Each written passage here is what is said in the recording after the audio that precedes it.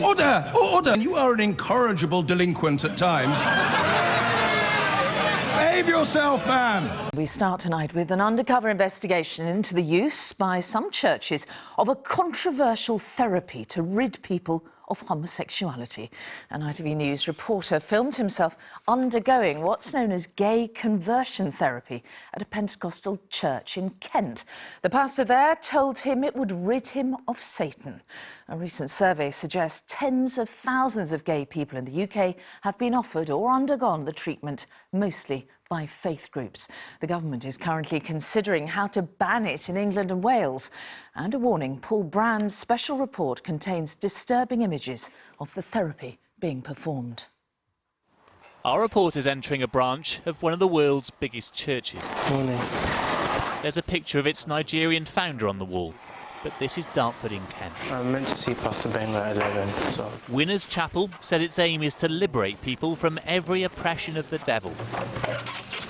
And our reporter's about to find out that includes homosexuality. Thank you. Pastor Benga Samuel is one of 4 church leaders he met at Winners who said they could help with his sexual orientation. So tell me, what is it that you wanted me to discuss with you about it? I've been a gay person. Okay. When did you first notice that? About 5 or 6 years ago. The advice he repeatedly gets isn't to accept his sexuality, not when God can change it. It's been taught as, okay, yes, it is right that it's just how God created it to be. God did not create it that way. Something shifted in the process of your life, which God can fix. At the start of the meeting, the pastor draws our reporter a diagram. This is your spirit, this is your soul, and this is your body. He concludes that the devil has made parts of him gay. All the thoughts about your sexuality, your sexual orientation, what takes place here, these two has been under the control of Satan for long. But the pastor offers this hope. How old are you now? 27. The good thing about being 27 is that you have a stronger will. That is one advantage you have over the devil. You have a stronger will. But he claims society will try to brainwash our reporter to accept being gay. There are movies that is being scripted out to make us think that, yes, being gay is the right thing. Being heterosexual is the wrong thing. Because everything you see, everything we hear, everything we associate with in the society is carefully scripted, one by Satan and by mankind. That culture of acceptance, he says, is like Nazi propaganda. How was Hitler able to get boys to gas millions of Jews in the gas chamber? Is it that they don't have a feeling? No. These boys were specially trained in special school, where it was played over to them over and over during the day and during the night, the propaganda that the Jews are the bad people and they should be exterminated. Once he'd finished with his theory, Pastor Benga was about to put some of it into practice. What we need to do is what we call a complete mind reorientation. Our reporters signed up to a week of Bible study before following the pastor to an empty church hall, which is about to be filled with intense prayer. Lift your hand and just say, Father, thank you for my life. Thank you for saving me. Thank you. The pastor calls on the Holy Spirit to enter our reporter, a common prayer in many churches. But here the aim isn't just to bring him closer to God, but to distance him from homosexuality. Receive the Holy Ghost in the name of Jesus Christ. Now open your mouth and begin to speak. Father, grant him utterance in the name of Jesus. He begins speaking in tongues, words believed to come from God, trying to get our reporter to do the same. Loose him in the name of Jesus. Let your fire come upon him now. Let your fire come upon him now.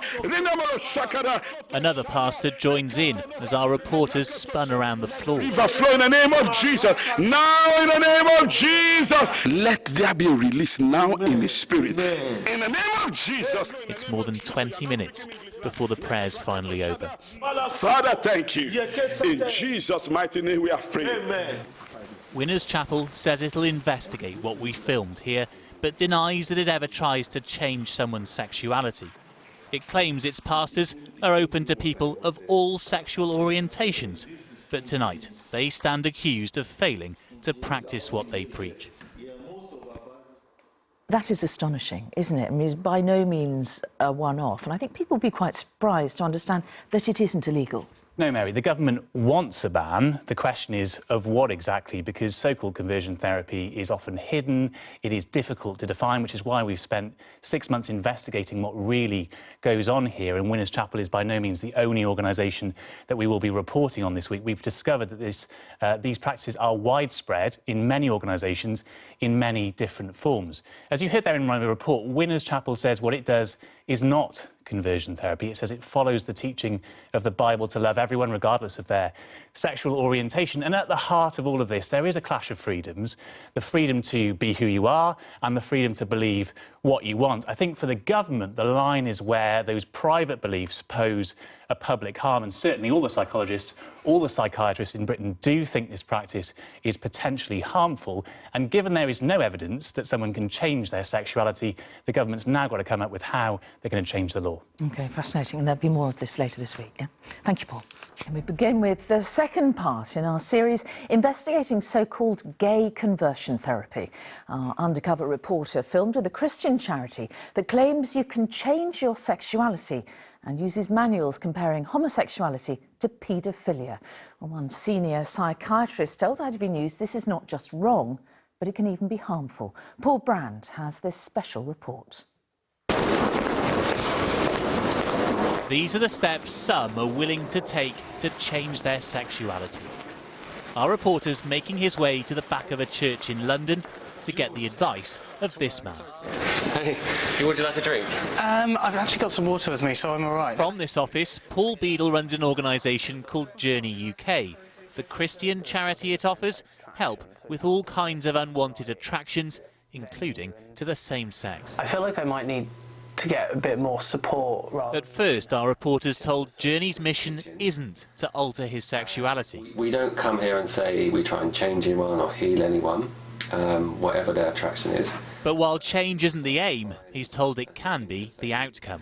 But as people start to look into, say, a relationship with their mother or a relationship with their father, those key relationships and where there's been gaps, where there's been wounding, where it's really impacted us. As though God starts to heal and restore those gaps, people start to find that the attractions or the other things start to shift or lessen or change. He suggests our reporter sees a counsellor recommended by Journey and goes on a week-long summer camp, costing hundreds of pounds. That's our week there. So offering stories of success. People who are struggling in the way I am with same-sex attraction, are they able to find like a normal and happy life going forwards? Again, there's no easy answer. We find all sorts of things happen.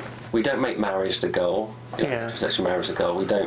That's not the goal of someone who comes to us with same-sex attraction, to make them straight. But yes, we do find people find growth and shift and change to all sorts of degrees. So we've got many testimonies of men and women who've then moved on. We just had a team member 2 weeks ago get married.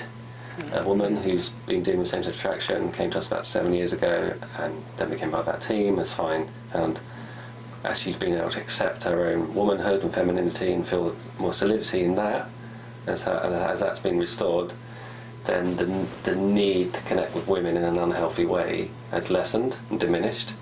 Journey's approach isn't just to draw on the Bible, but a set of manuals. Our reporter's already been attending group sessions where they use this one, focused on what it calls sexual addictions. Paul Beadle says he doesn't think that includes homosexuality, but moments later recommends the book and sells it to our reporter. I would think there's probably more overlap with you as you go through. Among the pages of Falling Forward, the claim that homosexuality is a neurosis. It says many male survivors abused by other men become homosexual, that an absent or rejecting mother is also one of the roots of a homosexual orientation in women.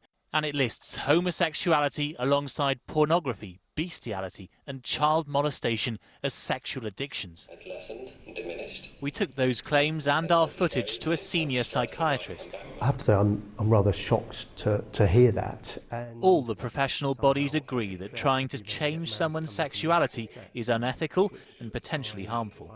Is there any evidence to back up Journey's theories? Absolutely no evidence whatsoever.